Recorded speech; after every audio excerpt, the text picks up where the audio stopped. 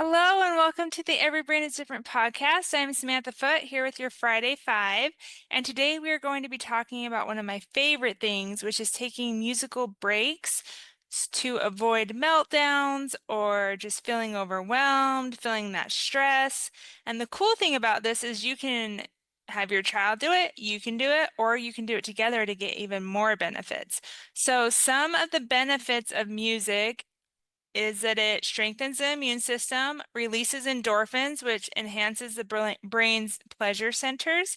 It reverses stress on a genomic level, grounds a person into their body and the present moment, offers creative expression, lowers stress levels, enhances memory, and so many other things.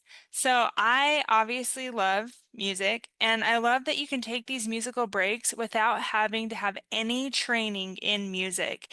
And you don't have to have training in music to get the benefits from these things. So the first thing we're going to talk about is just play an instrument.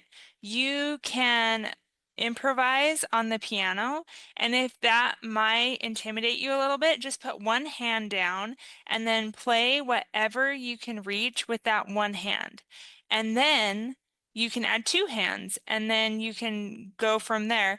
If you want a really cool sound, you can just play the black keys and then that if you want to play with somebody else, that creates a really cool scale that sounds really good no matter what you play. It sounds good together. So that's really cool to do. If you have a ukulele or a drum or a guitar or any instrument, you can just play on it. It doesn't matter what you play, and you can get some of those benefits from music. And then the next one is just to sit and listen to music. You can have playlists. I recommend you have playlists for if you're feeling sad, if you're feeling mad or happy or whatever, and you can put on a playlist that matches your mood. If you need help with that, then you can always ask. I don't give recommendations for music to put on playlists just generally because music is so individual to each person. But just sitting there listening to music is great. And then you can also sing it, you can drum to it, you can join in on another instrument, whatever you want to do. There's like egg shakers or other percussion instruments that you can always use when you're playing along with recorded music. And the next one is to have a dance party. You can blast your favorite music and just dance with your family or yourself. I know I've said this story before, but my mom and my sisters were having a really hard time one day. They were all arguing. All my sisters were teenagers, I think, and it was just really rough. And all of a sudden, my mom just turned on a Bon Jovi song and started dancing, and everyone looked at her like, "What are you doing?" But then they joined into the dancing, and by the end of it, they were able to all calm down and talk about what was going on rather than just yelling at each other, which was super awesome. The next one is yoga with music. So you can get these on YouTube or places like that where it can lead you through a yoga routine and then have music playing with that. And something that goes with that is progressive muscle relaxation. And progressive muscle relaxation is where you scrunch up your, like a part of your body and then release it. And you can do that to music. And once again, you can find that online. You can find scripts for that, and it will take you through that.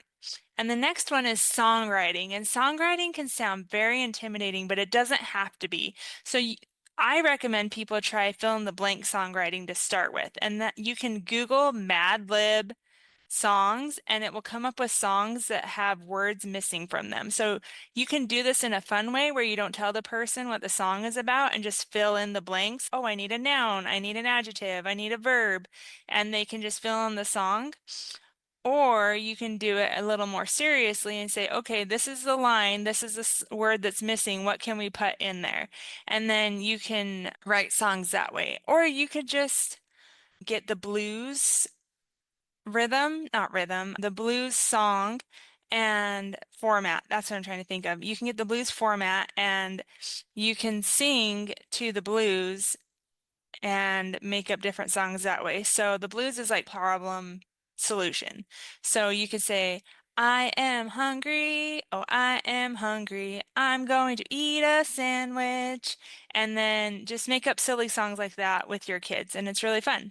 So try these musical breaks before you get too overwhelmed. Even if you're not feeling overwhelmed, just doing them can make it so you don't feel overwhelmed, which I suggest. And then let me know what happens. Let me know if you want any other tips on doing musical breaks, or if you need any other ideas, or if you need ideas for songs, or anything like that. Let me know. You can everybrainisdifferent.com, and I hope you all have a great week. I'll see you back here next week.